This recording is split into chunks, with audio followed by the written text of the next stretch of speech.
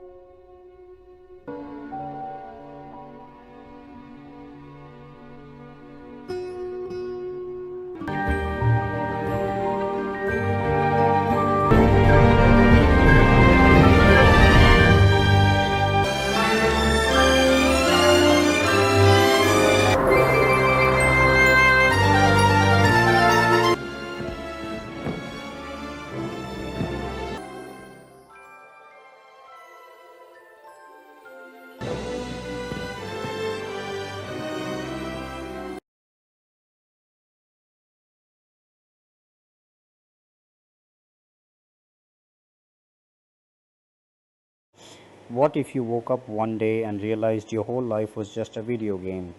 And Ryan Reynolds takes us on a wild ride filled with action, comedy, surprises, and some crazy facts in Free Guy. Watch SO New Hobby as we break down the movie, reveal interesting facts, and share our honest review. Bought or Free Guy is a 2021 American science fiction action comedy movie directed and produced by Shawn Levy. The screenplay was written by Matt Lieberman and Zach Penn, based on a story by Matt Lieberman. The movie stars Ryan Reynolds as a bank teller who suddenly discovers that he is actually a non-player character or NPC inside a massively multiplayer online video game. After realizing that his entire world is part of a game, he teams up with a real player to try to save the game from being shut down. The movie also features Jodie Comer, Lil Rel Howery, Utkarsh Ambedkar, Joe Keery, and Taika Waititi in major roles. Matt Lieberman started writing the screenplay back in 2016. The script was later picked up by 20th Century Fox, which became interested in turning the idea into a movie. Shawn Levy originally passed on the project, but he eventually changed his mind after Hugh Jackman introduced him to Ryan Reynolds. After meeting Reynolds, Levy became much more interested in the movie and decided to take on the project. Because of this, he left the movie adaptation of the video game Uncharted, which he had been working on at the time. The development of Free Guy also happened during a major change in Hollywood. Disney acquired 21st Century Fox, and because of that deal, Free Guy became one of the first movies from the studio to continue production after the company came under Disney's ownership. The movie was filmed in different locations across Massachusetts and California, with production taking place between May and July 2019. After filming was completed, Free Guy faced a couple of major delays because of the COVID-19 pandemic. The movie was pushed back twice as theaters around the world were dealing with shutdowns and restrictions. Eventually, the film had its world premiere at the 74th Locarno Film Festival on August 10, 2021. Just 3 days later, on August 13, 2021, Free Guy was released in theaters across the United States by 20th Century Studios. The movie turned out to be a big commercial success. Free Guy made around $331. $5 million worldwide against a production budget estimated at between $100 million and $125 million. Critics also gave the movie generally positive reviews. Many people compared it to popular movies and video games that explore similar ideas, including Ready Player One, The Truman Show, The Matrix, Grand Theft Auto, and Fortnite. One of the biggest things that made Free Guy stand out was the way it mixed video game action, comedy, science fiction, and an emotional story about discovering who you really are. The movie takes the idea of an NPC living inside a video game and turns it into a fun adventure where the character slowly starts thinking for himself and questioning the world around him. The movie also received recognition for its impressive visual effects. Free Guy was nominated for Best Visual Effects at the 94th Academy Awards. Overall, the film became a successful mix of comedy, action, gaming culture, romance, and science fiction, while giving audiences a fun story about a video game character who decides that he doesn't want to simply follow the rules anymore. Free City is a massive online video game created by Tsunami Studios. The real players who enter the game wear special sunglasses and spend their time fighting, stealing, blowing things up, and causing all kinds of chaos. They live normal lives outside the game, but inside Free City, they can basically do whatever they want. The non player characters, or NPCs, don't understand that they're living inside a video game. They simply accept all the crazy violence around them and continue following their programmed daily lives. Among these NPCs is Guy, played by Ryan Reynolds, who works as a bank teller in Free City. His best friend is Buddy, played by Lilrel Howery, who works as a security guard at the same bank. The NPCs see people wearing sunglasses as heroes because they believe those people are special. The sunglasses players can do almost anything they want. They can take part in dangerous missions, drive expensive cars, chase after beautiful women, wear awesome clothes, use powerful gadgets, and break the rules without facing the same consequences as the NPCs. To Guy and the other NPCs, these players are basically living like superheroes. Every single day, Guy follows the exact same routine. He wakes up, puts on the same clothes, goes to the same barista to get his morning coffee, and then stops at a store to admire a pair of shoes he really wants to buy. After that, he checks his bank balance at an ATM and heads to work. Nothing about his routine ever really changes because Guy is programmed to repeat the same actions over and over again. Guy and Buddy are also surprisingly calm about all the violence happening around them. People are constantly shooting each other, stealing cars, crashing vehicles, and causing total chaos throughout Free City. But Guy and Buddy barely react to it. Even when someone walks into their own bank and starts robbing the place, they don't panic. They simply get down on the floor, wait for the robbery to end, and casually talk about their lives as if this is just another normal day. Meanwhile, an unemployed software developer named Millie Rusk, played by Jodie Comer, spends her time playing Free City for a completely different reason. Millie is trying to find proof that Tsunami Studios stole the source code from a game she created with her friend and former co-developer Walter Keys McKee. Their original game was called Life Itself, and it contained advanced artificial intelligence technology designed to make the NPCs much more realistic and capable of developing their own personalities. Millie enters Free City using an avatar called Molotov Girl.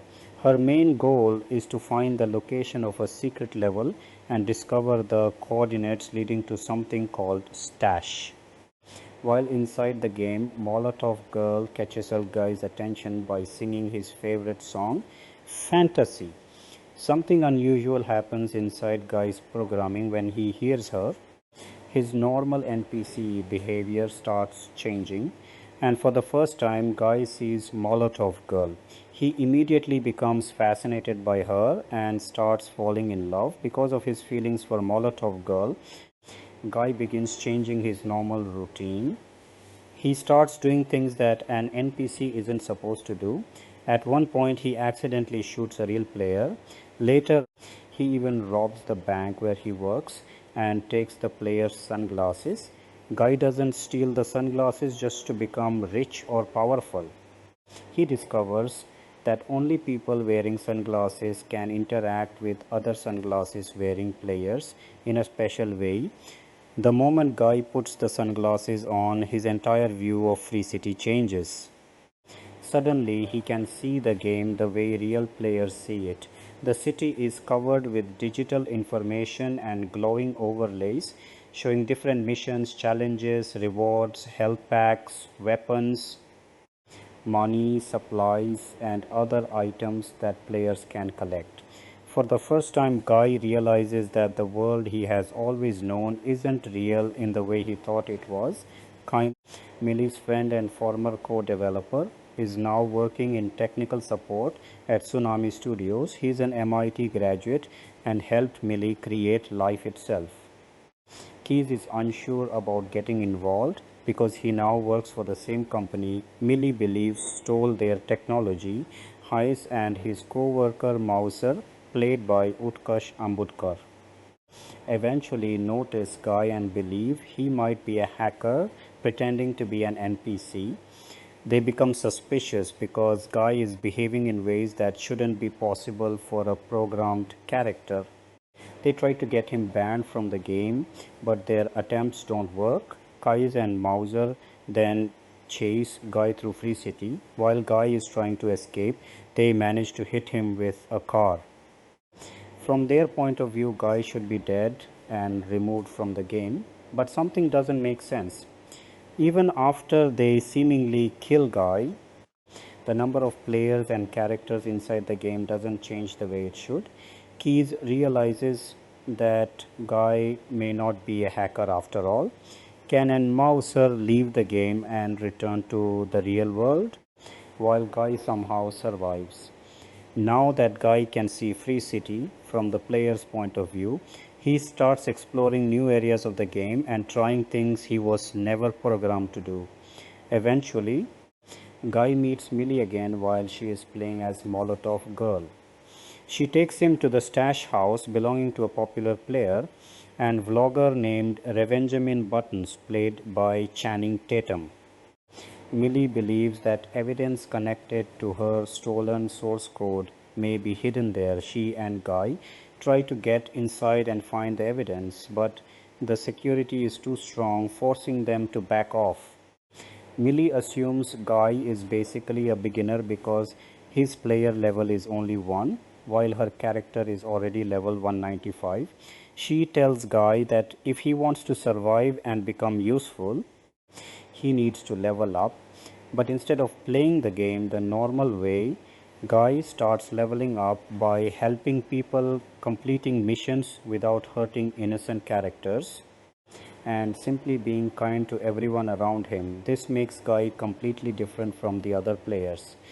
Most real players use Free City to cause destruction and create chaos, but Guy uses the game to help people. His unusual behavior quickly catches the attention of players around the world. Before long, the entire gaming community becomes obsessed with him, and Guy becomes famous as Blue Shirt. Guy because of the blue shirt he always wears. As Keys watches Guy's behavior, he finally realizes the truth. Guy isn't a hacker. He's actually an NPC who has somehow become self-aware. Even crazier, the NPCs who spend time around Guy begin changing too. They slowly start developing their own thoughts, feelings, and personalities. Guy even gives Buddy a pair of sunglasses so that his best friend can see Free City from the player's point of view. This completely changes Buddy's understanding of the world around him.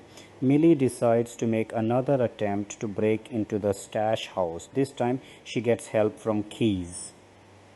Keys uses his technical skills to help Millie enter the building. However, Millie accidentally triggers the security alarm sounds, bringing guards after her. Since Keys is outside the game, there isn't much he can do once the action starts. Just when Millie is in serious trouble, Guy shows up to save her. He fights his way through the security and helps Millie escape. The two manage to get away, but the video evidence they were looking for is left behind during the shootout. Things become even more serious when they discover that Free City 2 is scheduled to launch in only 48 hours. The new game will replace the original Free City, which means the old game and all of its NPCs will be erased. Tsunami's CEO Antoine Hovachelik, played by Taika Waititi, sees how popular Blue Shirt Guy has become. He wants to copy Guy's character and turn him into a skin for Free City 2. Keys tries to warn Antoine that the game is full of bugs and problems. He suggests that instead of rushing out Free City 2, they should build a completely new game properly from the ground up. But Antoine doesn't care. He only wants the new game released as quickly as possible and has no interest in listening to Keys. Meanwhile, Guy takes Millie on a date. During their time together, Millie realizes just how much Guy is like her. What she doesn't know at first is that there's a reason for this. Guy's personality and behavior were created from the AI technology Millie originally developed for life itself. Guy finally explains the truth to Millie. He tells her that Guy is a real artificial life form inside the game. The AI technology from life itself was secretly incorporated into Free City, allowing Guy to develop beyond his original programming. Cale also explains that when Antoine launches Free City 2, the original Free City will be deleted. That means Guy, Buddy, and every other NPC living inside the original game will disappear forever. Millie and Keys realize that Guy deserves a chance to save himself and his world. Millie eventually tells Guy the truth about his existence. She explains that he is an NPC and that his entire world is actually a video game. Guy is devastated. Everything he believed about his life suddenly falls apart. He becomes upset and breaks off contact with Millie. But Guy eventually realizes that being an NPC doesn't mean his life has no meaning. He decides to help Millie find the evidence she needs. He teams up with Buddy and goes to Revenjamin Buttons to find the missing information. Buttons had previously discovered something extremely important. He accidentally glitched through the edge of Free City's map and found an older version of life itself hidden inside the game. He recorded a video of what he discovered, creating the evidence Millie needed. At the same time, Guy's growing popularity becomes a huge problem for Antoine. Blue Shirt Guy is becoming more famous than the game itself, and Antoine is worried that Guy could ruin the launch of Free City 2. Antoine orders a server reboot designed to reset Guy's memories and return him to his original programming. For a moment, it looks like Guy has completely forgotten everything. But Millie manages to bring him back to his true self when she kisses him. Guy's memories and self-awareness return. Antoine then discovers that Guy has convinced many of the other NPCs to stop working. They all go on strike. For the first time, the NPCs refuse to follow their programmed routines and stand together against the people controlling their world. Mauser discovers that Molotov Girl is actually Millie and tells Antoine the truth. Antoine wants to stop Millie, but the situation becomes much harder because the NPCs are now refusing to cooperate. Mauser begins destroying buildings around Guy and Millie in an attempt to kill them, but Keys, who is still helping them from outside the game, finds safe escape routes and helps them avoid the destruction. Guy remembers that there is an island containing the remaining pieces of the original Life Itself game. He and Millie realize that they have to reach the island before Free Free City 2 launches and wipes all the old content from the servers, Antoine becomes desperate. He fires keys from Tsunami and removes every real player from Free City. Then he sends in an unfinished character that looks almost exactly like Guy. The character is called Dude at first. Dude is way stronger and more powerful than Guy, leaving Guy completely overwhelmed. But Guy comes up with a clever move. He puts his sunglasses on Dude, distracting him and giving himself a chance to escape. Guy then heads toward the island using a bridge that Keys created before Antoine fired him. Guy has to reach the island before Antoine can erase the original Free City forever. Furious and desperate, Antoine starts destroying the physical servers that run the game. He grabs an axe and begins smashing the server racks one by one. Every server he destroys causes parts of Free City to disappear. During the destruction, Buddy and huge parts of the game world are erased. Antoine even fires Mauser because he believes nobody is doing enough to stop Guy. Before Antoine can destroy the final server, Millie confronts him with a deal. She agrees not to sue him for stealing her company's technology and source code if he gives up control of the Free City franchise and its future profits. Antoine is forced to accept because it's the only way to stop the legal consequences from becoming even worse.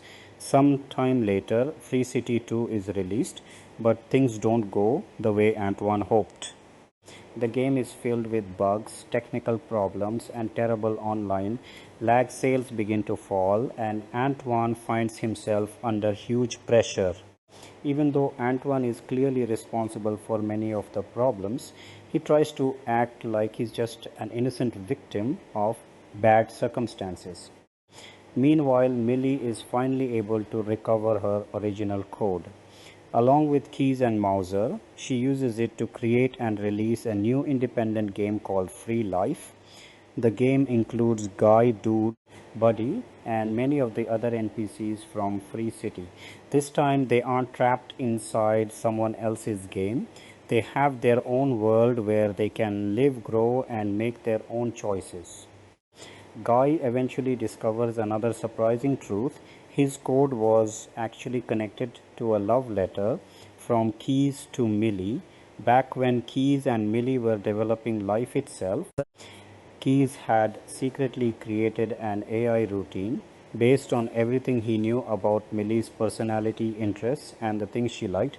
That AI technology eventually became part of Free City.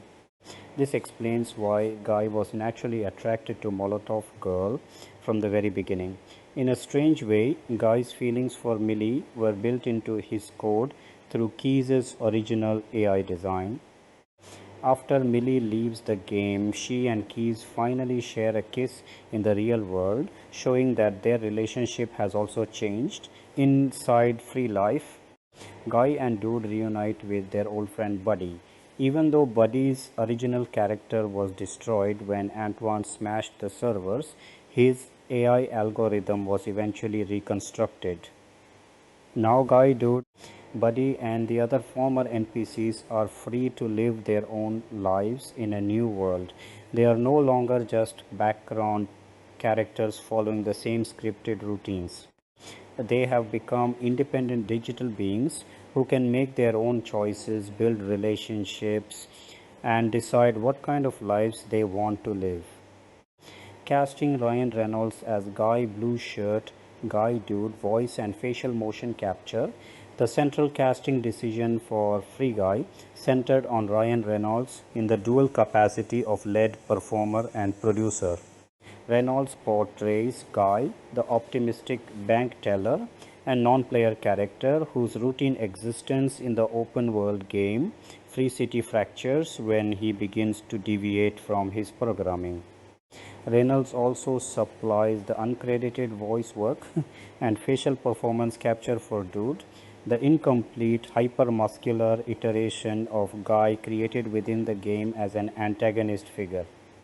The physical embodiment of Dude was provided by professional bodybuilder Aaron W. Reed, whose frame received Reynolds' digitally mapped facial features through a combination of motion capture, egg sessions, and post-production compositing supervised by visual effects teams, including Lola VFX. Reynolds' attachment to the project originated from a personal introduction arranged by Hugh Jackman, who had previously collaborated with both Reynolds and director Shawn Levy. Levy had initially passed on Matt Lieberman's Specs script. After reading it with Reynolds, the pair committed fully. Reynolds has described the role as one of the most immersive experiences since Deadpool, noting that the character's Canadian-inflected politeness and relentless cheerfulness allowed him to draw on his own national identity rather than the sarcastic anti-hero persona for which he is widely known. Levy encouraged this approach, citing influences such as Peter Sellers in Being There and Will Ferrell in Elf as tonal reference points for Guy's simple-minded yet emotionally sincere worldview. As a producer under his Maximum Effort banner, Reynolds participated actively in subsequent casting choices, including the recruitment of several high-profile cameo voices. His dual role ensured that the production retained a consistent comedic sensibility while allowing improvisation on set. The decision to map Reynolds' face onto Reed's body for Dude was conceived during development as a visual gag, an upgrade version of the protagonist, and required extensive testing to achieve seamless integration of facial performance with the bodybuilder's physicality. Reed performed the majority of Dude's physical actions with tracking markers, after which Reynolds recorded dialogue and expressions in the control and motion capture environment. This technical collaboration between actor, body double, and visual effects artists became one of the production's more distinctive casting solutions. Jodie Comer as Millie Rask, Molotov Girl.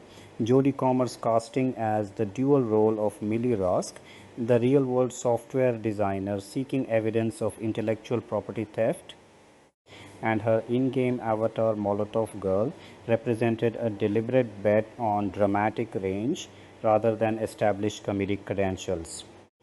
Levy and Reynolds reviewed dozens of actresses before settling on Comer after her audition.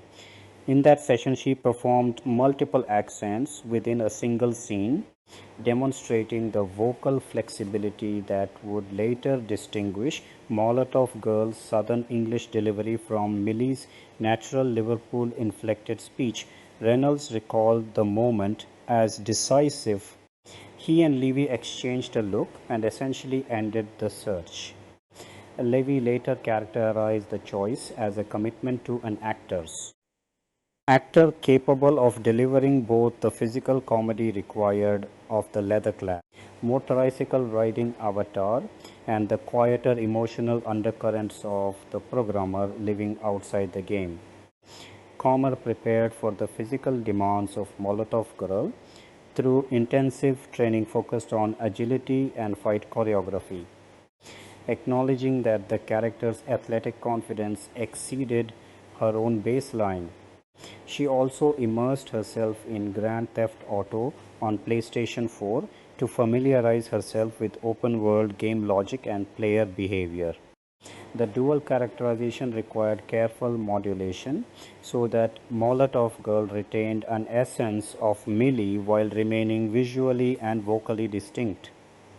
A short dark brown wig and costume design further separated the two personas. Comer's prior television work, particularly the shape-shifting assassin Villanelle in Killing Eve, had already established her capacity for transformation, making the Free Guy assignment a logical expansion into feature film territory. Chemistry tests with Reynolds confirmed an ease of improvisation that carried on to the set, where the pair frequently layered spontaneous interaction over scripted dialogue under Levy's encouragement. Lil Rel Howery as Buddy. Lil Rel Howery was cast as Buddy. the Free City Bank security guard NPC and Guy's closest companion. Howard's background in observational comedy and supporting roles in films such as Get Out positioned him to deliver both the loyal friendship dynamics and the broader physical humor required of an NPC gradually awakening to self-awareness. The character functions as a grounded counterpoint to Guy's escalating heroism, and Howard's timing allowed the production to balance sentiment with laughs during sequences in which the pair navigate the game's increasingly chaotic environment. Casting Howery also contributed to the ensemble's overall tonal range, pairing Reynolds' optimistic lead with a performer known for relatable everyman energy. Joe Keery as Walter Keys McKees. Joe Keery joined the production as Walter Keys McKees, the MIT-educated developer working in technical support at Tsunami Studios and Millie's former collaborator on the original Life Itself code. Keery's prior collaboration with Levy on Stranger Things facilitated the casting. The director already understood Keery's capacity for combining technical competence with underlying emotional conflict. In Free City, Keys appears as a dirty stripper cop avatar, a visual gag that required Keery to balance absurdity with the character's genuine concern for both Millie and the ethical implications of the game's AI. Keery's filmography prior to Free Guy included supporting turns in Molly's Game and Spree, yet the role marked one of his more substantial big-screen opportunities, allowing him to explore a character torn between corporate loyalty and personal integrity. Utkarsh Ambudkar as Mouse Utkarsh Ambudkar was selected as Mouser, Keys' co-worker in Tsunami's technical support department, whose in-game avatar is a police officer in a muscular rabbit suit. Ambudkar has spoken candidly about the stereotypical dimensions of computer nerd casting for South Asian American actors and the internal negotiation required to accept the part. Once committed, he leaned into the role's comedic potential while maintaining the character's professional competence. The rabbit suit design provided immediate visual humor, and Ambudkar's improvisational instincts meshed with the freewheeling energy established by Reynolds and Waititi on set. His casting contributed to the film's representation of the tech industry workforce while delivering reliable comic support during sequences set inside Tsunami's offices. Taika Waititi as Antoine Hovachalik. Taika Waititi's casting as Antoine, the narcissistic CEO of Tsunami Studios, originated as a suggestion from Reynolds and Blake Lively rather than from Levy's initial shortlist.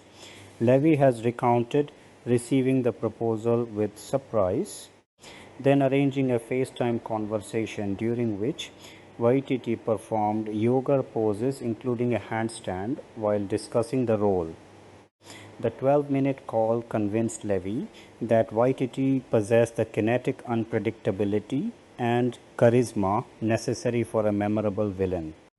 Waititi's established reputation as a director of films such as Thor, Ragnarok and Jojo Rabbit, combined with his occasional acting appearances, made him an unconventional yet ultimately ideal choice for a character who blends Silicon Valley arrogance with outdated slang and physical comedy on set. Waititi generated extensive alternate takes and improvisations. Levy later noted that an entire bonus feature could be compiled solely from Waititi's discarded riffs. The performance allowed Antoine to function simultaneously as corporate antagonist and comic relief, preventing the film from tipping into straightforward satire. Channing Tatum as Revenjamin Buttons.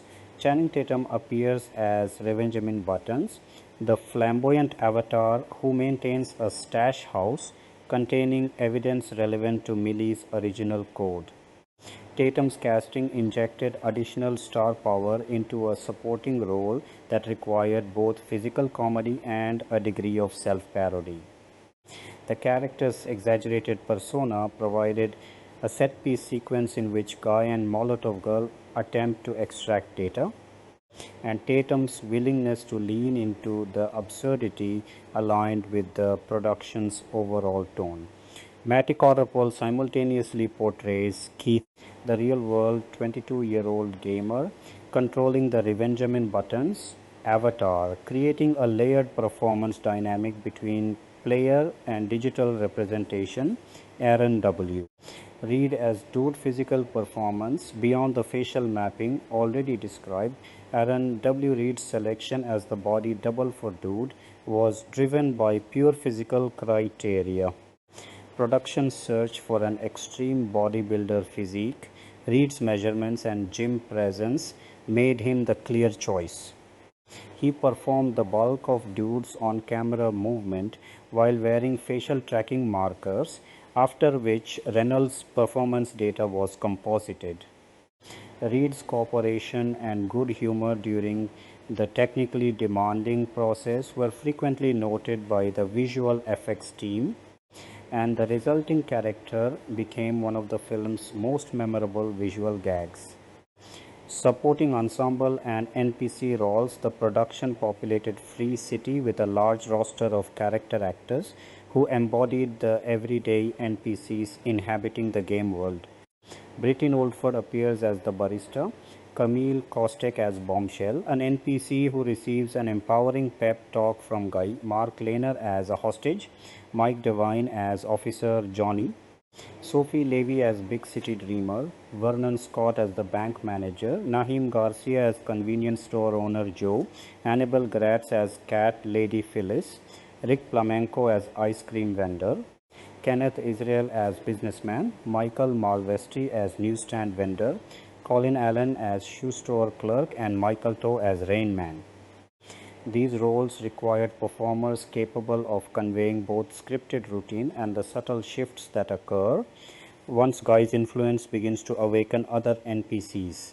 Casting directors Rona Kress, Lisa Lobel Boston, and Angela Perry coordinated the selection of these performers, many of whom were drawn from the local Massachusetts talent pool during principal photography in Boston, Worcester, Framingham, and Weymouth. Cameo appearances and voice work, a distinctive feature of the Free Guy casting strategy, involved both on-screen and voice-only cameos secured through personal networks. Chris Evans appears as himself in a brief sequence involving Captain America's shield, an asset made available after the Disney acquisition of 20th Century Fox. Evans was already filming Defending Jacob in the Boston area. A short text exchange with Reynolds resulted in a 10-minute set visit. Alex Trebek appears as himself in what became his final film role, recorded prior to his death in November 2020. Laura Spencer of Good Morning America likewise appears as herself. Voice-only cameos were assembled late in post-production when Levy and Reynolds realized that masked or silhouetted characters could be voiced by recognizable performers. They contacted contacts from their phones and accepted audio submissions, including voice memos. Hugh Jackman provides the voice of a masked player in an alley, physically performed by Patrick Vincent Curran. Dwayne Johnson voices bank robber 2, physically performed by Owen Burke. Tina Fey voices the vacuuming mom, physically performed by Regina Topham, and John Krasinski voices a silhouetted gamer, physically performed by Rosario Corso. These contributions were integrated without requiring the celebrities to travel, preserving the film's budget while adding layers of recognition for attentive viewers. Streamer and gamer cameos too ground the film's commentary on online culture. The production cast prominent content creators in brief appearance and reaction sequences: Tyler Ninja Blevins, Imani Pokemon Anis, Cyan Jacksepticeye McLaughlin, Daniel Dantidiam Middleton, and Lannan Lazarbeam Yekot appear as themselves, offering in-universe commentary on Guy's rising popularity. Their inclusion reinforced the film's engagement with contemporary gaming communities and provided authentic reactions that mirrored real world streaming culture. Casting directors and process primary casting responsibilities rested with Rona Kress, supported by Lisa Lubell and Angela Perry for the Boston unit, with additional associates including Michaela Kremer, Emma McKillop, Lacey Nussbaum, Lily Rucker, and Heather Whitty. Voice casting was handled by Caitlin McKenna. Extras casting was coordinated by Douglas Cowell. The process combined traditional auditions, chemistry reads, and opportunistic outreach once principal photography and post-production revealed opportunities for additional voices. Levy's preference for betting on talent rather than pure comedic pedigree guided several key decisions, most notably Comer's.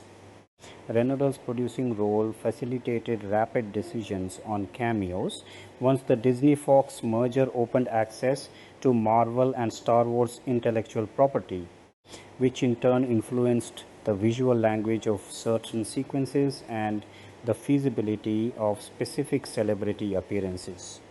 Physical and technical considerations in casting. Certain roles demanded specialized physical attributes or technical collaboration. Reed's bodybuilding background was non-negotiable for Dude. Comer's preparation regimen addressed the stunt and movement requirements of Molotov Girl. Background performers portraying free city pedestrians, bank customers, and street NPCs were selected to populate a dense lived-in digital environment while remaining distinguishable from player avatars. The decision to use live-action performers rather than fully digital avatars for the majority of free city inhabitants placed additional emphasis on casting actors who could convey both programmed repetition and emerging individuality. Improvisation and ensemble dynamics once assembled, the cast operated under a production culture that encouraged improvisation. Waititi's alternate takes, Reynolds' rapid-fire suggestions, and Comer's willingness to experiment with accent and physicality generated material that expanded beyond the shooting script. Ambudkar has described the atmosphere as one in which performers felt free to explore, knowing that Levy and Reynolds would retain only what served the overall tone. This collaborative environment was itself a product of the casting choices, selecting performers comfortable with both scripted precision and spontaneous invention allowed the film to maintain a sense of playfulness consistent with its video game setting. Representation and role negotiation. Ambudkar's public comments on the computer nerd archetype illustrate the quiet negotiations that accompanied certain casting decisions. By accepting the role of Mauser while remaining vocal about industry patterns, he added a layer of self-awareness that informed the character's presentation. Comer's dual performance similarly navigated expectations around accent work and physical transformation. The ensemble as a whole balanced established stars, rising talents, comedy specialists, and local character actors, creating a texture that supported both the spectacle of Free City and the more intimate real-world sequences set inside Tsunami Studios and Millie's apartment. Legacy of specific casting choices within the production. The inclusion of streamers and voice cameos expanded the film's cultural footprint beyond traditional theatrical audiences, while the technical solution for Dude demonstrated how casting can intersect with visual effects innovation. Reynolds' simultaneous presence as Guy and the facial source for Dude created a uniquely self-referential visual joke. Comer's dual role allowed the narrative to explore themes of identity and authorship through a single performer inhabiting two distinct yet connected characters. Waititi's unpredictable energy elevated Antoine from stock villain to memorable comic antagonist. Collectively, these decisions shaped not only individual performances but the film's overall rhythmic and tonal architecture.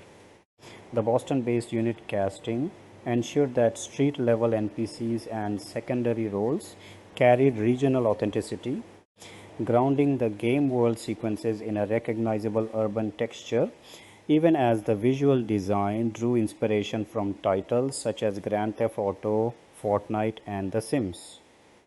Local performers filled dozens of credited and uncredited positions: bank customers, pedestrians, tsunami employees, teenage gamers, contributing to the density required for a convincing open world environment. Casting associates worked closely with location managers and production designers to match performer types to specific environments, whether the financial district exteriors or the interior sets constructed for Free City Bank and the Tsunami offices. Voice casting for the masked and silhouetted roles occurred after principal photography, when the editorial team identified opportunities to layer additional celebrity presence without altering existing picture. The informal outreach method, text messages and voice memo submissions, reflected the production's flexible relationship-driven approach once the core ensemble was locked. This late-stage expansion of the cast list allowed the finished film to contain a higher density of recognizable voices than the shooting schedule alone could have accommodated. In selecting performers for the real-world gamer sequences, the production prioritized authenticity of reaction and delivery. The streamers appear in environments that approximate their actual streaming setups, delivering commentary that feels continuous with their established online personas. This choice reinforced the film's thematic interest in the relationship between players and the digital worlds they inhabit, while simultaneously providing marketing value through the creator's existing audiences. The cumulative effect of these casting strategies was an ensemble capable of sustaining both broad physical comedy and quieter moments of realization.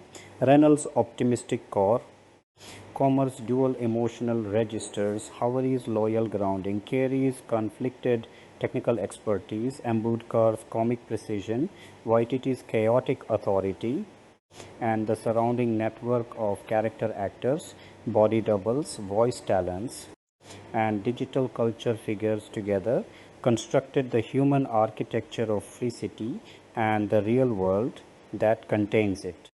Every decision, from the primary leads through the most fleeting cameo, served the film's central conceit that even background characters can rewrite their own code.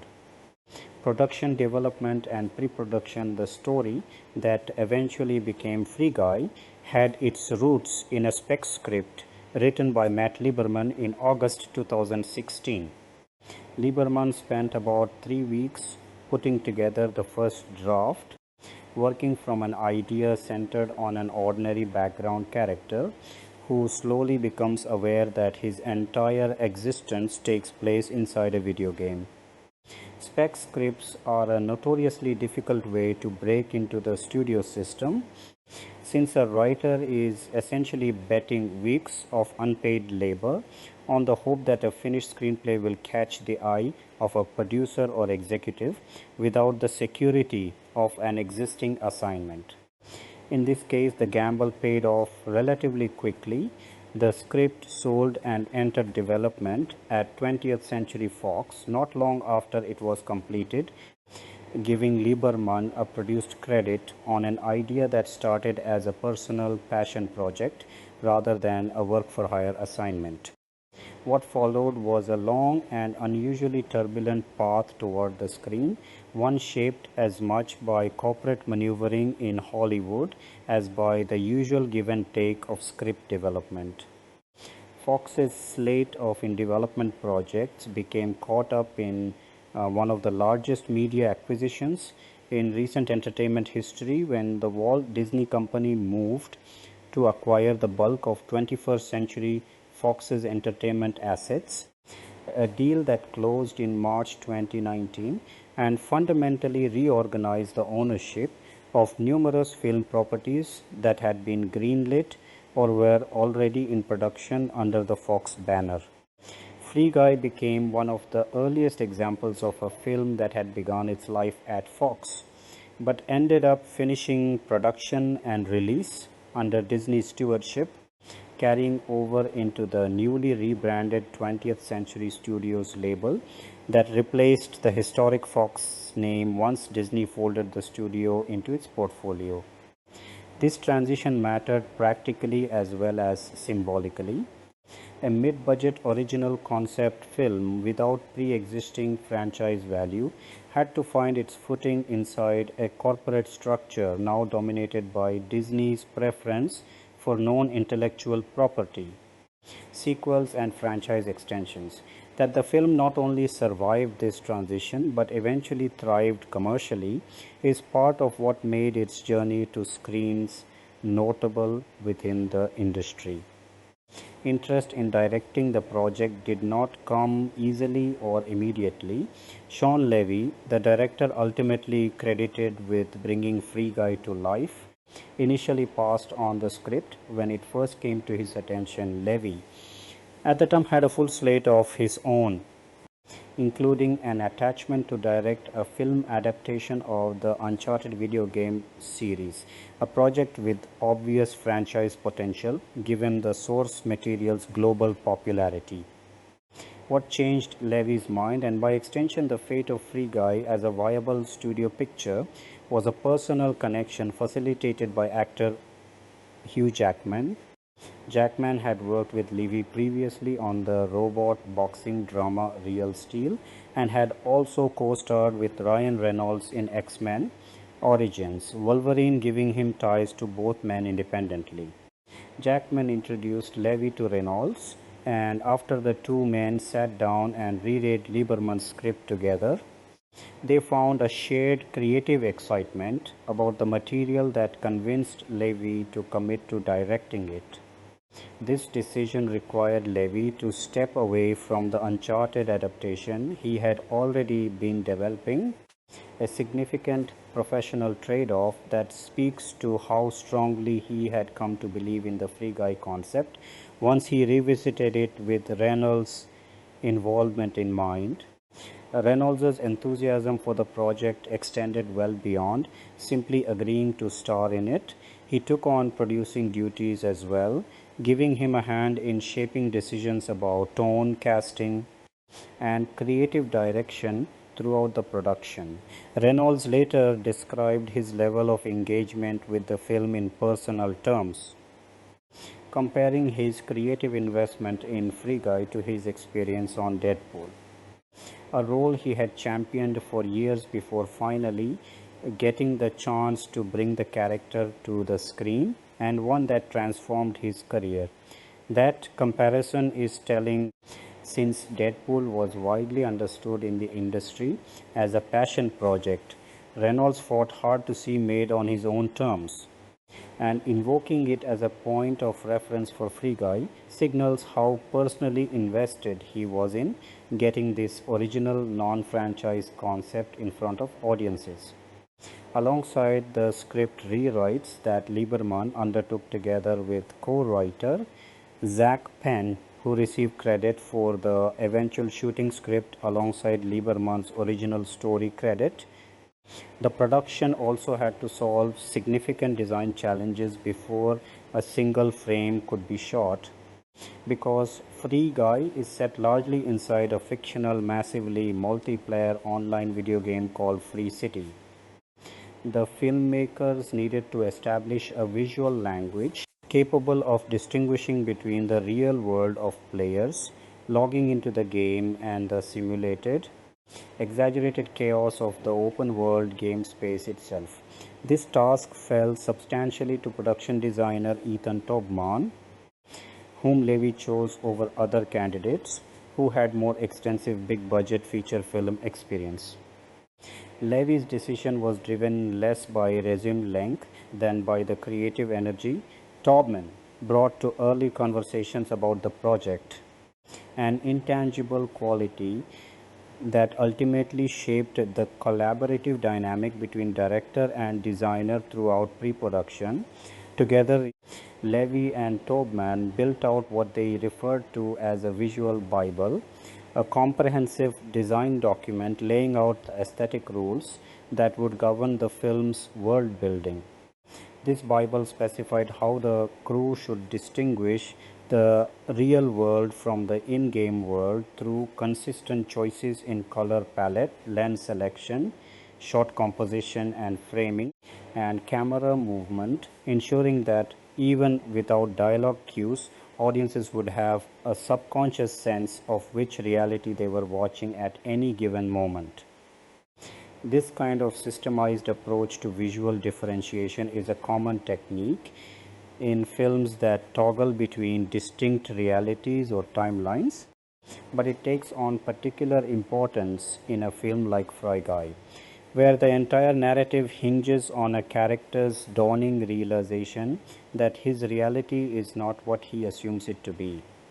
Taubman has spoken about the specific creative touchstones that shaped Free City's in-game aesthetic. He named open-world simulation and sandbox games such as SimCity, The Sims, and Red Dead Redemption 2 as primary visual and structural influences on the design of the game world, citing their approach to building believable, lived-in digital environments filled with systemic detail.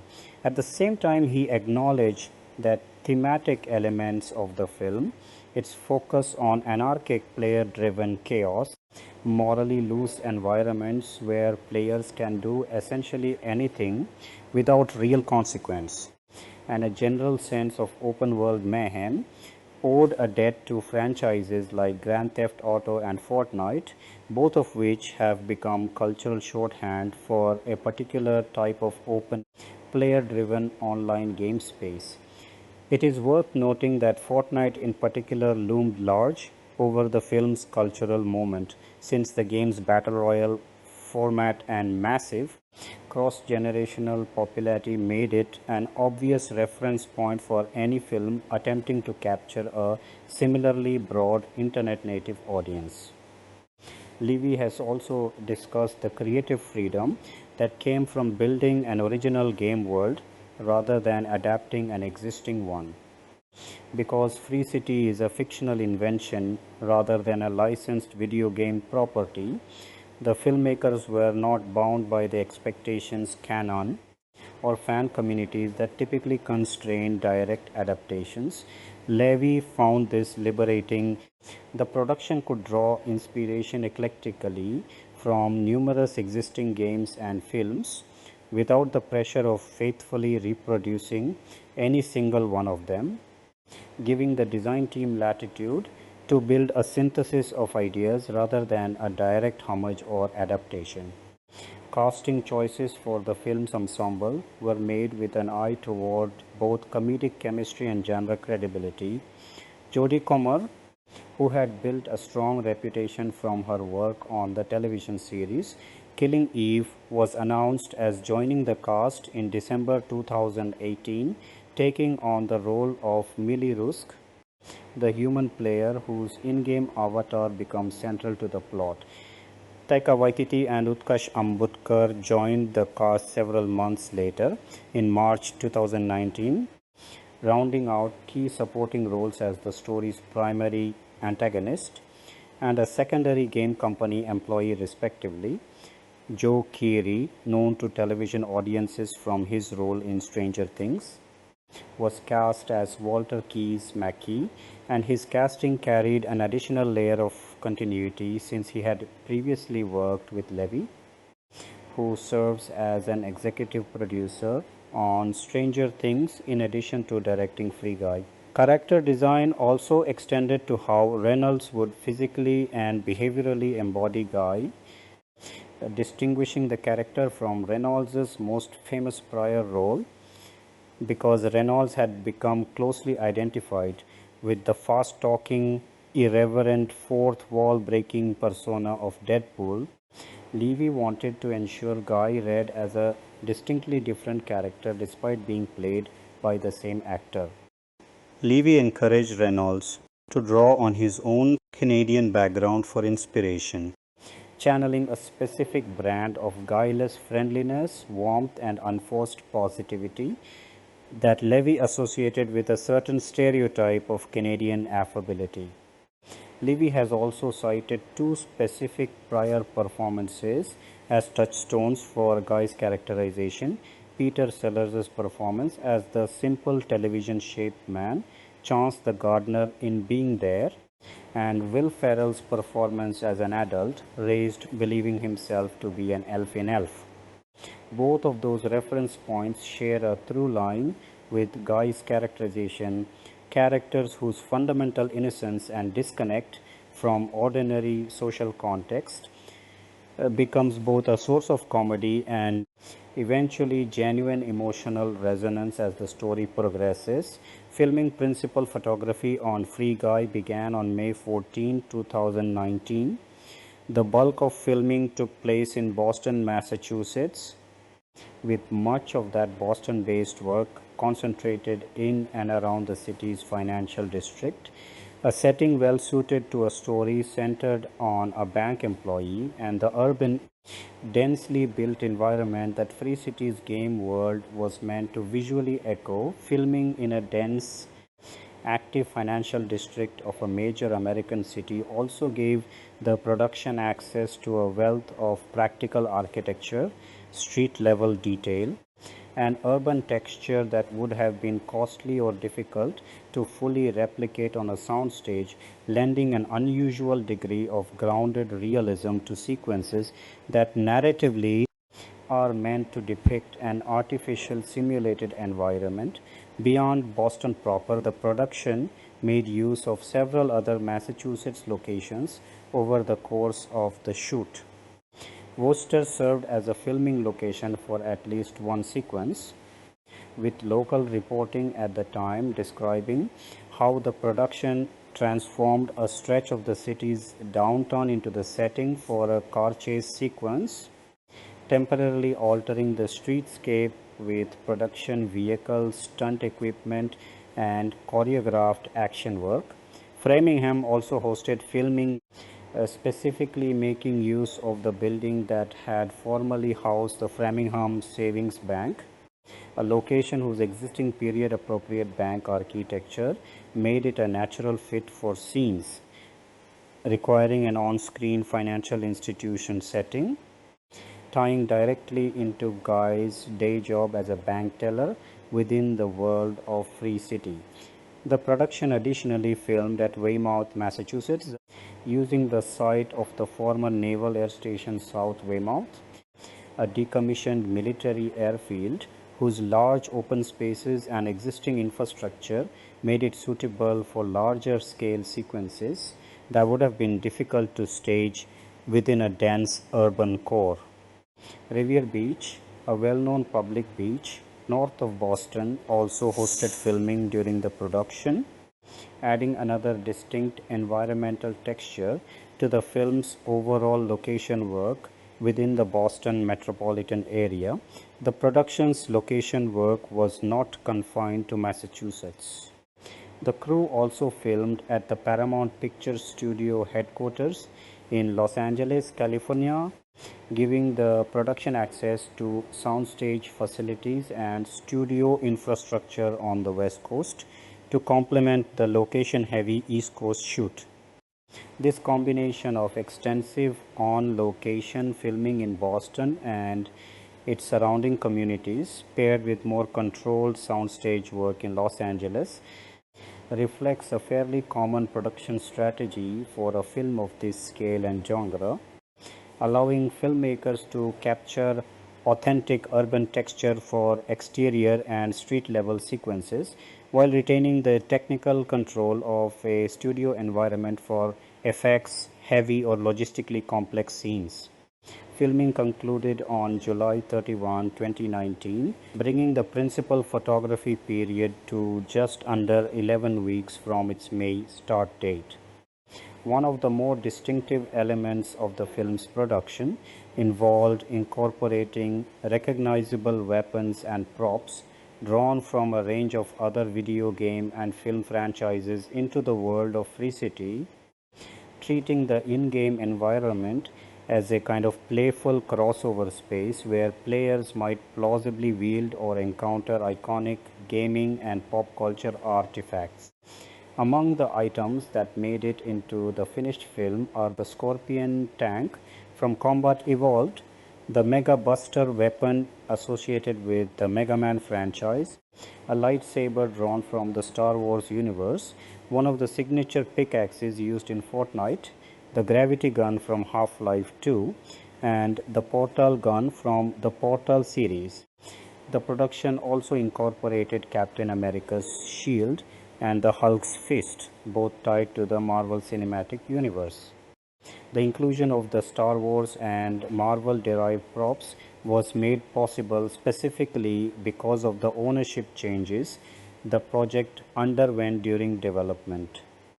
Once Disney's acquisition of the relevant Fox assets was finalized and Free Guy became a Disney-affiliated production by extension, the filmmakers were in a position to formally request permission to use elements from those two enormously valuable franchises, both of which are also owned by Disney. According to accounts from those involved in the production, the filmmakers made a request to draw on iconic imagery from the Marvel and Star Wars properties and were granted approval to use everything they had asked for, an outcome that would have been far less straightforward and possibly impossible had the film remained solely under the ownership of a studio without direct rights to those franchises. The film's collection of celebrity cameo appearances also took shape during and around the production period, and several of them carry their own behind-the-scenes stories. The cameo appearance by actor Chris Evans, who appears as himself within the film, was reportedly suggested by Reynolds' wife, actress Blake Lively, an anecdote that has since become one of the more frequently repeated pieces of trivia associated with the film's production. Levy has described how he followed up on that suggestion by reaching out directly to Evans, who happened to already be in the Boston area at the time filming the limited series Defending Jacob. Levy asked Evans if he would be willing to come by the Free Guy, set for what he estimated would be about 10 minutes of his time, and Evans agreed to participate, resulting in his brief but memorable appearance in the finished film. The film's voice and cameo roster also includes appearances from several prominent gaming-adjacent internet personalities. Streamers and content creators including Jacksepticeye, Ninja Dan TDM, and Lazarbeam all appear in the film, playing versions of themselves who offer real-time commentary on Guy's rise to fame within Free City, framed as though their reactions were captured from their own YouTube and Twitch channels. This choice reflects a broader industry recognition, well underway by the time the film was in production, that streaming and content creation culture had become a central part of how audiences, particularly younger viewers, engage with and discuss video games, making the inclusion of real streamers a way of grounding the film's fictional gaming phenomenon in a recognizable contemporary media ecosystem beyond Evans and the streaming personalities. The film features a range of additional cameo and voice performances. Lara Spencer, an anchor for Good Morning America, appears as herself. Perhaps the most poignant of the film's cameo appearances came from Jeopardy! Host Alex Trebek, who filmed his brief appearance before his death on November 8, 2020. Because Trebek passed away before the film's eventual theatrical release in August 2021, his cameo in Free Guy ended up standing as his final on-screen film role. adding an unplanned layer of emotional significance to what had originally been conceived simply as a fun celebrity cameo. Several other well-known actors contributed voice performances to characters whose faces are obscured or physically performed by other actors on set, a fairly unusual production choice that allowed the filmmakers to secure recognizable vocal talent without necessarily requiring those actors' schedules to align with the main shooting period in Boston. Hugh Jackman provided the voice for a masked avatar encountered in an alley, a character who gives Millie's avatar Molotov Girl the location information she needs to reach Benjamin Button's stash house. The character was physically performed on set by Patrick Vincent Curran. Dwayne Johnson voiced a bank robber character whom Guy accidentally shoots during the film's early scenes, a role physically portrayed by Owen Burke. Tina Fey voiced a background character depicted vacuuming, physically portrayed by Regina Taufan. John Krasinski voiced a silhouetted gamer character who joins the other streamers in offering commentary on Guy's exploits, with that role physically performed by Rosario Corso. This layered approach to performance, splitting vocal and physical duties between different performers, is a technique more commonly associated with animated features or heavily digital character work, and its use here underscores how much of Free Guy's in-game world relied on blending live performance with digital and vocal augmentation, even for relatively minor characters. Reynolds' own performance work extended beyond his central role as Guy. He also provided an uncredited voice performance along with facial motion capture work for the character of Dude, an intentionally unfinished and exaggeratedly muscular variant of the Guy character that was originally built for the in-universe sequel game Free City 2 and is later deployed within the story as an antagonist figure sent to stop Guy. Dude was physically portrayed on set by bodybuilder Aaron W. Reed, whose physical presence gave the visual effects and motion capture teams a foundation to build the character's exaggerated physicality around, while Reynolds' voice and facial performance layered in the character's specific personality and comedic beats. Post-production, following the completion of principal photography in the summer of 2019, Free Guy entered a post-production period that would ultimately stretch out far longer than originally anticipated. Driven not by creative difficulties but by external circumstances tied to the global COVID-19 pandemic that began to affect the film industry in early 2020. While detailed technical specifics of the editing and visual effects process are less extensively documented than the film's shooting schedule, the nature of the project meant that post-production work, particularly visual effects work required to render Free City's digital game world elements, otherworldly character augmentations, and large-scale action sequences represented an enormous portion of the overall creative and technical effort behind the finished film. A film built around the conceit of a video game world populated by exaggerated, game-like elements requires an unusually close collaboration between editorial and visual effects teams throughout post-production. Since so much of what audiences ultimately see on screen, from environmental details to entire sequences of stylized in-game combat, depends on effects work layered onto the footage captured during the Boston and Los Angeles shoots. The eventual recognition the film received for its visual work speaks to the significance of this post-production effort.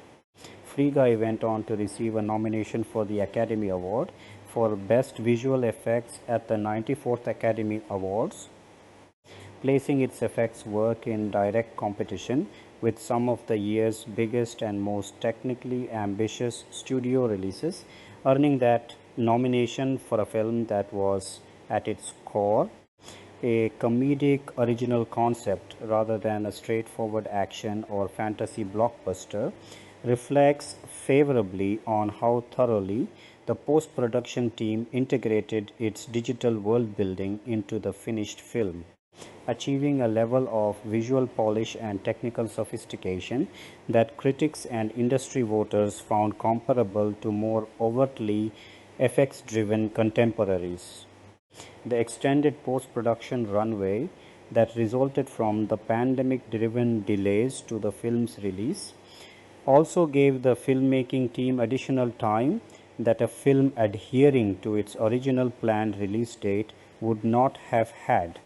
While such delays are rarely welcomed by studios eager to recoup costs and by filmmakers eager to share finished work with audiences, they can occasionally allow a production extra room for refinement, additional visual effects polish, or minor adjustments that would not have been possible under a tighter post production timeline. Whether or not the Free Guy team used this extra time in that way, the film's ultimately well received and technically accomplished final cut suggests that the post production process, however extended by external circumstances, succeeded in delivering a finished product that met the ambition set out during the film's earlier development and design phases. The film's original score was composed by Christoph Beck, a composer whose body of work spans a wide range of studio comedies, animated projects, and franchise films, giving him substantial experience balancing comedic tone with the kind of large-scale orchestral or hybrid scoring that a film like Free Guy required to underscore both its emotional beats and its action sequences. In an interesting bit of creative continuity, portions of Free Guy's score draw on material sampled from the Disney animated short film Paperman, a project Beck had also scored previously. Reusing or sampling thematic material from an earlier project in a new score is not a common practice, and its presence here suggests a deliberate creative choice on Beck's part, perhaps drawn from a desire to evoke the tender, wordless, romantic sincerity that characterized Paperman's own score within specific emotional moments of Free Guy. The selection of a needle drop song to serve as a recurring musical touchstone throughout the film went through a notable change during development.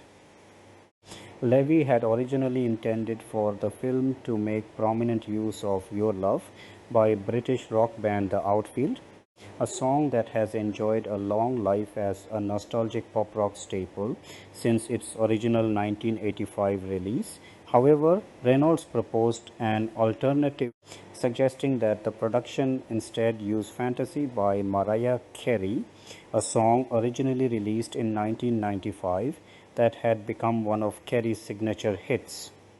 This substitution ended up shaping one of the film's more memorable running threads, since the choice of song is tied directly to Guy's characterization.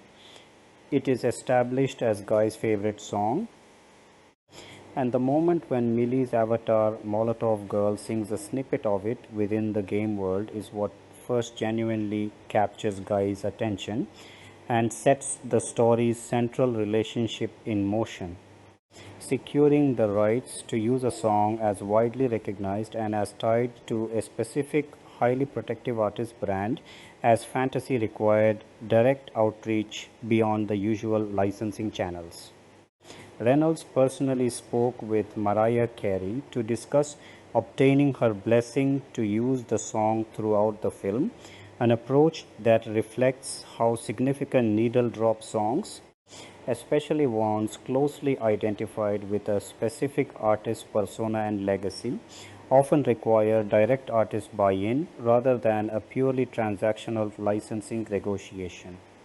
Carey ultimately agreed to allow the production to use Fantasy throughout the film, giving the filmmakers the flexibility to weave the song into multiple points across the runtime rather than restricting it to a single scene. Beyond the use of the original recording, the production also arranged for a cover version of Fantasy performed by Jodie Comer, sung in her capacity as Millie's avatar, Molotov Girl. Having Comer's character perform her own rendition of the song within the fiction of the film gave the filmmakers a way to use the track diegetically, meaning as a piece of music that exists and is heard by characters inside the story itself, rather than solely as a non-diegetic addition layered over the footage during post-production for the audience's benefit alone. This distinction matters dramatically since it allows the song's presence in the film to double as an active plot element, the very thing that draws Guy's attention to Molotov Girl rather than functioning purely as a soundtrack flourish, disconnected from the characters in story awareness. Reports from those involved in the production describe Comer expressing some initial nervousness at the prospect of recording and performing a cover of such a widely known Mariah Carey song for a film expected to reach a large mainstream audience, a natural reaction given how demanding Carey's vocal style and range are generally regarded to be among singers attempting to cover her material. Beyond the film's dramatic score and its central needle drop song, the broader promotional and cultural rollout surrounding Free Guy also involved playful callbacks to the two lead actors' shared history. When the film was being promoted back in 2019, Reynolds and Waititi took part in publicity material where the two joked about supposedly meeting and working together for the first time on Free Guy, playing up a bit in which they pretended to have no memory of having previously worked together on the 2011 film Green Lantern, a film that had been poorly received critically and commercially at the time of its release, turning that shared, somewhat unfortunate credit into a running joke allowed the two actors to acknowledge their prior collaboration with self-deprecating humor rather than avoiding the subject. A promotional approach well suited to Reynolds' established public persona as an actor willing to poke fun at his own filmography. This playful approach to promotion continued closer to the film's eventual 2021 release. In July of that year, Reynolds released a video on YouTube titled Deadpool and Korg React, in which he reprised his signature role as Wade Wilson, also known as Deadpool, from the X-Men film series, while Waititi reprised his role as the rock-like alien character Korg from the Marvel Cinematic Universe. In the video, the two characters watch and react to the official trailer for Free Guy, blending Reynolds' established and comedic screen persona with cross-promotional material for the new film in a format well suited to online sharing and fan engagement. The film's marketing also extended directly into the world of video games themselves, further reinforcing Free Guy's thematic connection to actual gaming culture rather than treating video games merely as a fictional backdrop. On August 12, 2021, just one day before the film's US theatrical release, the Dude character became available as a purchasable outfit within the widely popular game Fortnite. This in-game crossover was accompanied by a series of optional quests added into Fortnite itself, giving players objectives to complete in order to unlock a special in-game mode that used Reynolds' own voice, directly tying the film's marketing push into gameplay mechanics that active Fortnite players would engage with directly rather than encountering only as a passive advertisement. The marketing campaign additionally included a series of parody movie posters designed to mimic the visual style of numerous other well-known video games, a campaign that traded on gamers' familiarity with iconic box art and promotional imagery from decades of gaming history.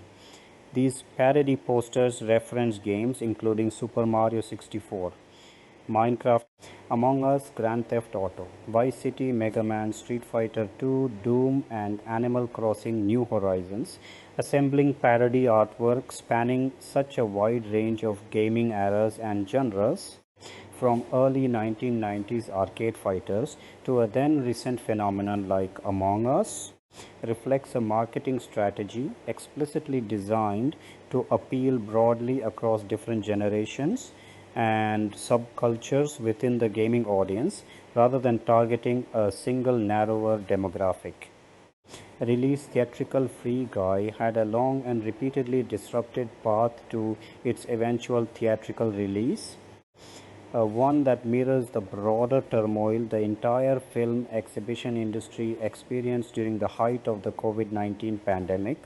The film was initially scheduled to open in theaters on July 3, 2020 time to capitalize on the lucrative 4th of July holiday weekend period that studios have long favored for major summer releases. That plan was disrupted by the onset of the pandemic, which forced widespread theater closures and led studios across the industry to push back release dates en masse throughout 2020, and Free Guy was pulled from its original date as part of that broader wave of postponements.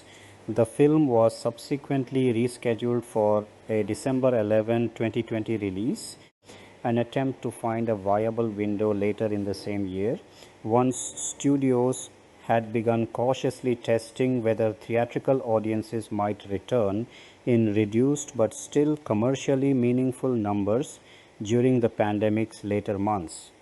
That plan, too, proved unworkable. In November 2020, the studio made the decision to pull Free Guy entirely from its release calendar, removing it from the schedule alongside another major title, Death on the Nile, without setting a new date at the time, reflecting how uncertain conditions in the theatrical marketplace had become as pandemic case numbers surged again heading into the winter of 2020.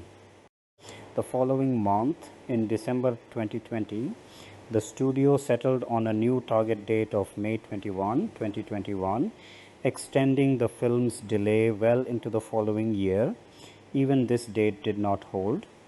In March 2021, Ryan Reynolds himself announced that Free Guy would be delayed once again, this time shifting to the August date that the film would ultimately keep.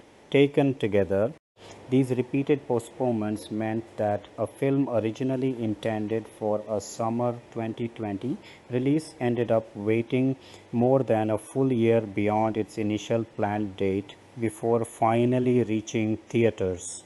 An unusually long and public sequence of delays, even by the standards of a period when release date shuffling had become common across the industry.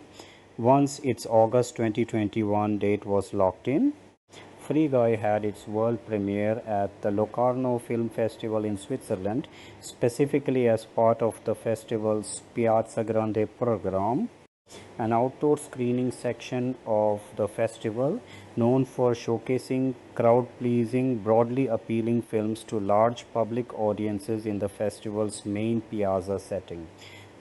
The Locarno premiere took place on August 10, 2021.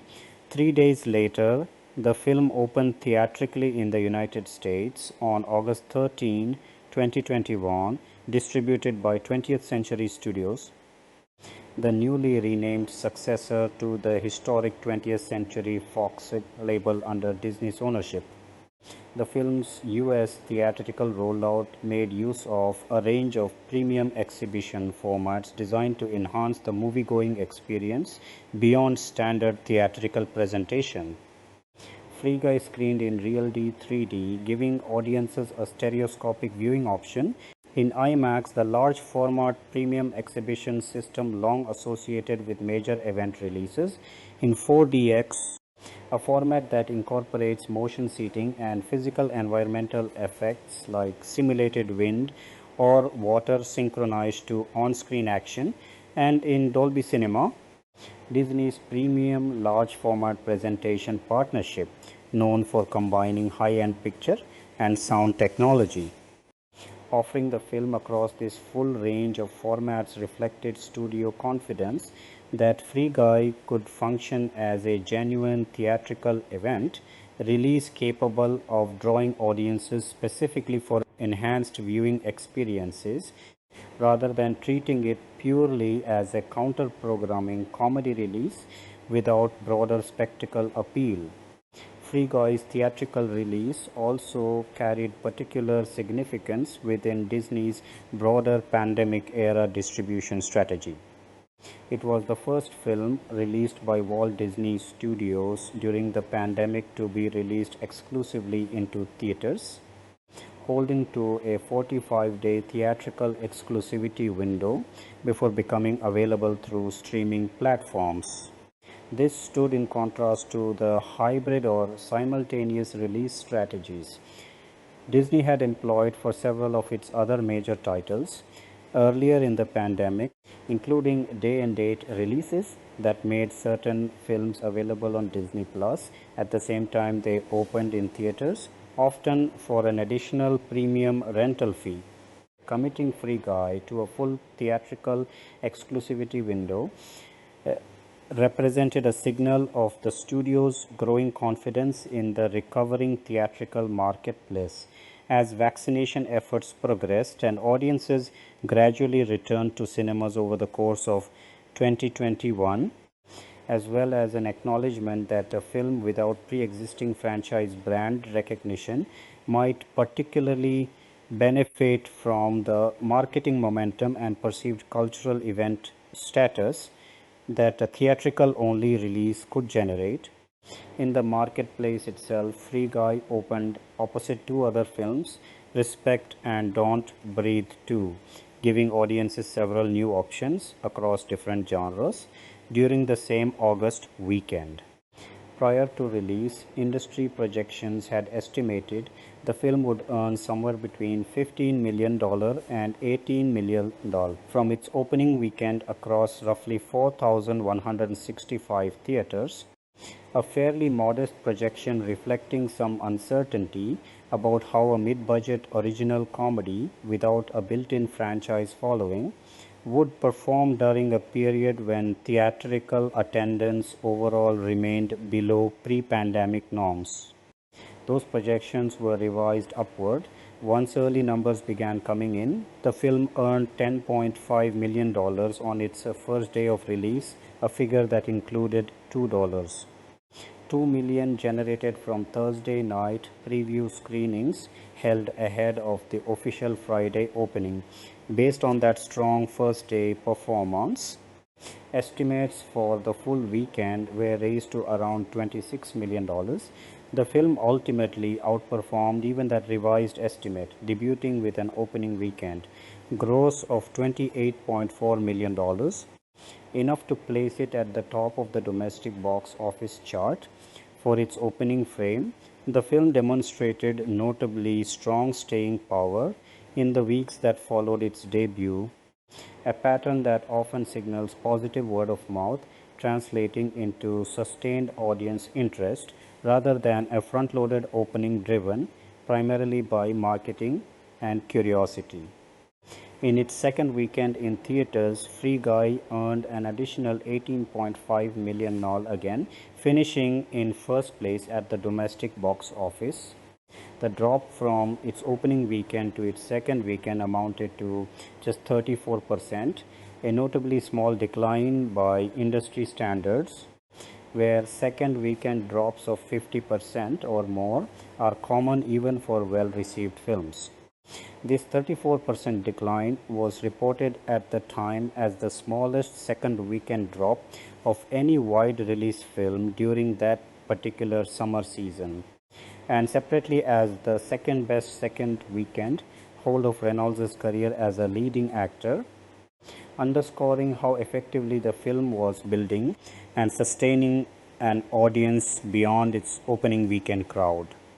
The film's third weekend saw it lose the top box office position for the first time since its release, overtaken by the horror film Candyman, which opened strongly that weekend. Even so, Free Guy continued to perform solidly rather than falling off sharply, earning 13.6 million NAL in its third weekend, representing a 27% decline from the prior weekend. Another comparatively gentle drop that reinforced the pattern of strong audience retention the film had displayed since its debut. Across its full theatrical run, Free Guy went on to gross $121. 6 million in the United States and Canada combined with 209.9 million earned across international markets for a cumulative worldwide theatrical total of $331.5 million, measured against a production budget reported to have fallen somewhere between $100 million and $125 million. This worldwide total represented a clear commercial success for the studio, particularly notable given that the film relied on an original concept rather than an established franchise, sequel, or adaptation to draw audiences during a period when theatrical attendance industry-wide had not yet fully recovered to pre-pandemic levels. Home media, following the conclusion of its theatrical exclusivity window, Free Guy transitioned to home viewing and streaming availability according to a staggered rollout schedule typical of major studio releases during this period. Though tailored specifically to the terms of the 45-day theatrical window Disney had committed to for the film became available for digital purchase on September 28, 2021, precisely 45 days after its August 13 theatrical opening, honoring the exclusivity commitment the studio had made at the time the film's theatrical release strategy was announced. Physical media releases followed roughly 2 weeks after the digital release, arriving on October 12, 2021, when Free Guy became available on 4K Ultra HD Blu-ray, standard Blu-ray, and DVD formats distributed by Walt Disney Studios Home Entertainment.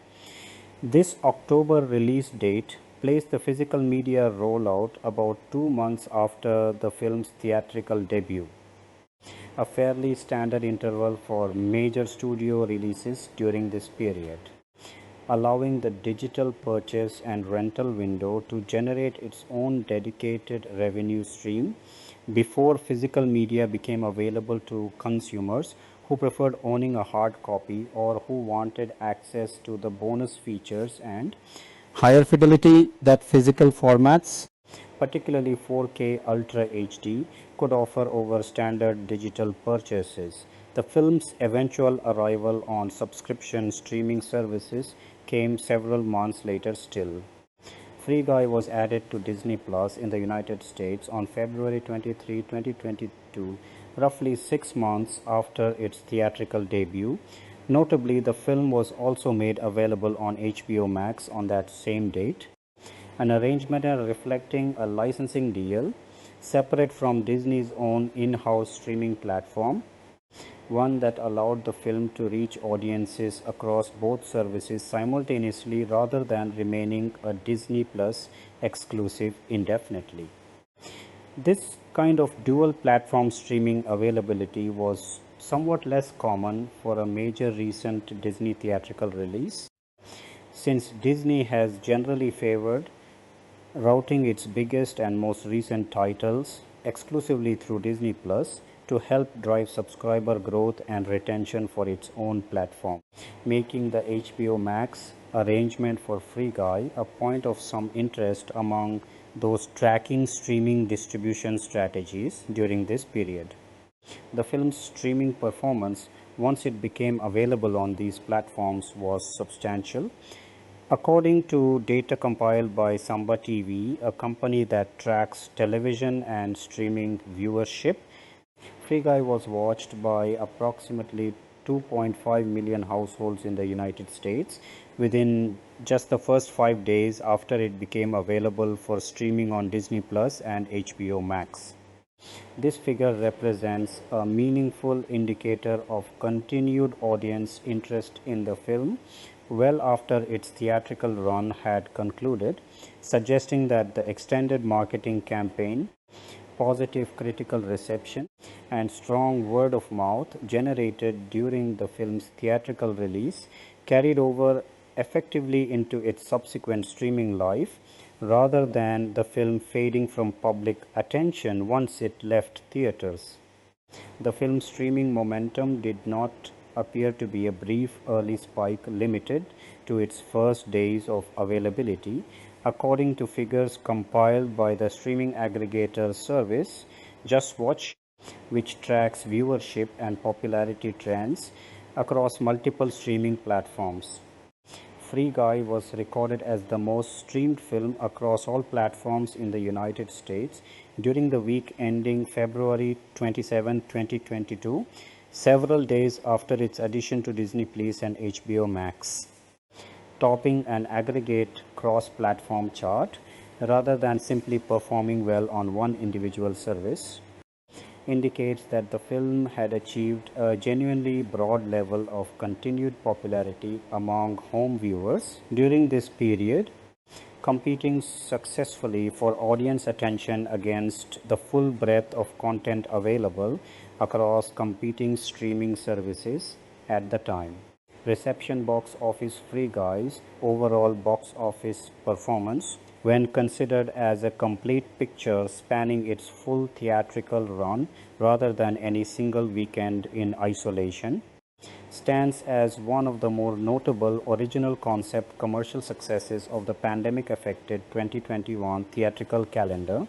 The film's worldwide total of $331.5 million, built from $121. 6 million in North American ticket sales, combined with 209.9 million from international markets, reflects a commercial outcome that exceeded the relatively cautious pre-release projections that had circulated ahead of its opening weekend. Given a reported production budget in the range of $100 million to $125 million, the film's worldwide theatrical gross comfortably cleared the general benchmark, often cited informally within the industry, that a studio film needs to gross roughly 2 to 2.5 times its production budget across worldwide box office in order to become profitable once marketing costs, theater revenue splits, and other distribution expenses are factored in. The film's opening weekend performance set the tone for what would prove to be a durable box office run, debuting to $28.4 million domestically against initial studio projections in the $15 million to $18 million range, demonstrated that audience interest in the film significantly exceeded expectations. Once the film was actually available for viewing, a gap between pre-release tracking and actual opening weekend performance that industry analysts often attribute to strong critical word of mouth, effective marketing execution in the final weeks before release, or some combination of both factors working in tandem. The elevated first day numbers, including the relatively strong $2 million generated from Thursday preview screenings alone, gave an early signal that the weekend was likely to outperform initial forecasts, well before the full weekend total was tallied. What distinguishes Free Guy's box office trajectory from many other studio releases of comparable scale is less its opening weekend total, strong as that was, and more the unusually gentle rate at which its weekly grosses declined over its first several weeks in release. The film's 34% drop between its first and second weekends, and its subsequent 27% drop between its second and third weekends, both represent significantly smaller declines than the 50% or greater drop-offs that are common for wide theatrical releases, even successful ones. once the initial wave of highly motivated opening weekend audiences has been exhausted.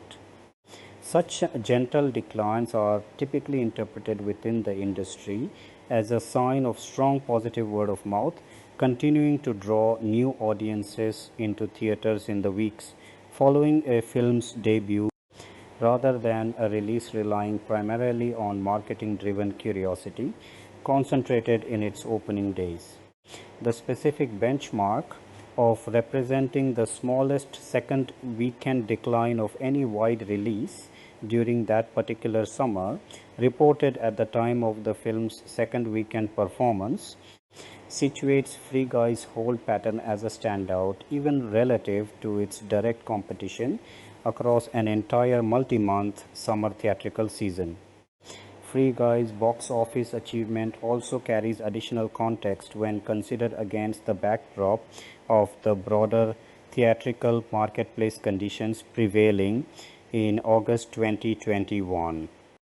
The film's release came during a period when the theatrical exhibition industry as a whole was still working to rebuild audience confidence and attendance habits following more than a year of pandemic-driven closures, capacity restrictions, and shifting consumer comfort levels with indoor public gatherings, achieving a $331.5 million worldwide gross for an original non-franchise concept during this particular window represented a meaningfully different commercial proposition than achieving a similar total might have represented during a more typical pre-pandemic theatrical year when audiences had far more consistent movie-going habits and a much larger number of competing wide releases populating any given month. In that context, Free Guy's performance was frequently cited within industry trade coverage as an encouraging data point, suggesting that audiences remained willing to turn out for original star-driven concepts even amid ongoing pandemic uncertainty, provided the film in question offered sufficiently strong word-of-mouth and marketing hooks. Critical response Free Guy received a generally positive critical reception upon its release, reflected clearly across the major aggregation platforms that track and compile critical opinion for wide theatrical releases. On Rotten Tomatoes, the film holds an approval rating of 80% based on 297 collected reviews, with an average rating of 7 out of 10 among those reviews. The site's official critics' consensus describes the film as combining a clever central concept with sweet, self-aware humor and a charming cast, characterizing the overall experience as frivolous fun rather than a more serious or weighty cinematic achievement. A description that captures the general critical view of the film as a well-executed piece of purely enjoyable populist entertainment rather than an awards caliber prestige picture.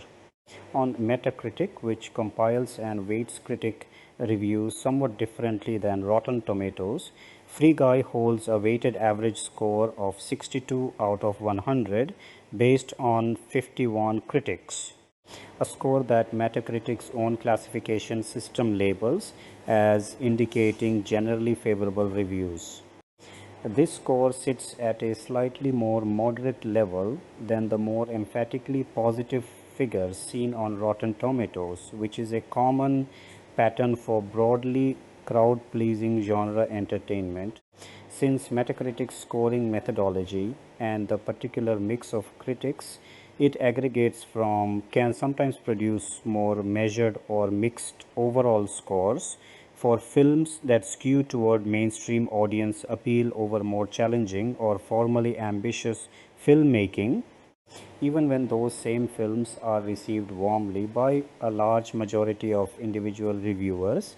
Audience reaction, as distinct from critical reaction, was measured through CinemaScore, a service that polls opening night theatrical audiences immediately after they exit screenings and compiles their responses into a letter grade on a scale ranging from A+ down to F. Audiences polled by CinemaScore gave Free Guy an average grade of A, a strong result that indicates the film connected with the specific audiences who chose to see it in theaters during its opening period at a notably high level, reinforcing the pattern already visible in the film's unusually strong weekly box office holds in the weeks following its debut. Individual reviews from prominent critics at major outlets offer a more detailed picture of the specific qualities that reviewers responded to, as well as the elements some found less successful. Peter DeBruge, writing for Variety, situated the film within a lineage of other multiple reality blockbuster films, drawing comparisons to The Matrix and the Lego Movie in describing it as an at times unwieldy mashup of ideas and influences drawn from that broader genre tradition. Despite noting some structural unevenness, with DeBruge observing that Levy and the screenwriters seemed to be adjusting the story's internal rules as the narrative progressed, he nonetheless found the overall experience to be a great deal of fun, suggesting that the film's entertainment value and charm were strong enough to carry it past some of its more evident structural or logical inconsistencies. Richard Roper, the longtime Chicago film critic writing for the Chicago Sun-Times, offered a strongly positive assessment centered particularly on the film's central performances.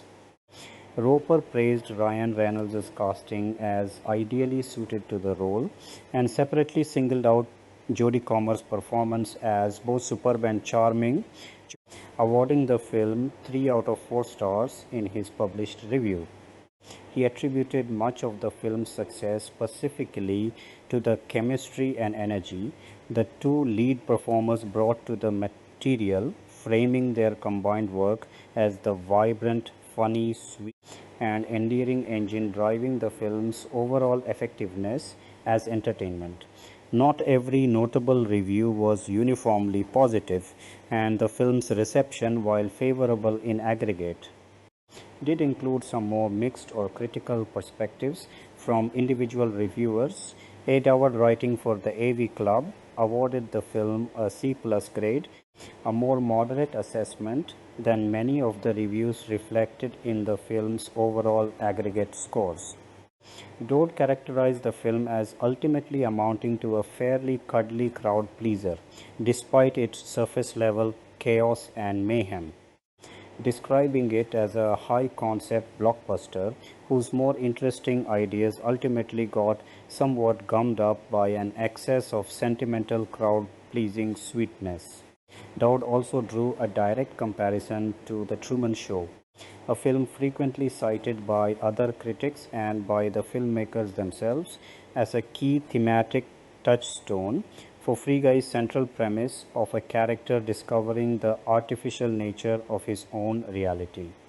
In making that comparison, Dowd suggested that while Reynolds' performance captured some of the same slightly unsettled, overly cheerful quality that defined Jim Carrey's performance as Truman Burbank in that earlier film, Reynolds' version of the character lacked the genuine undercurrent of desperation and existential unease that had given the earlier film much of its emotional and satirical weight. Nick DeSemlian, reviewing the film for Empire magazine, offered one of the more critical mainstream assessments among the reviews that received wider attention.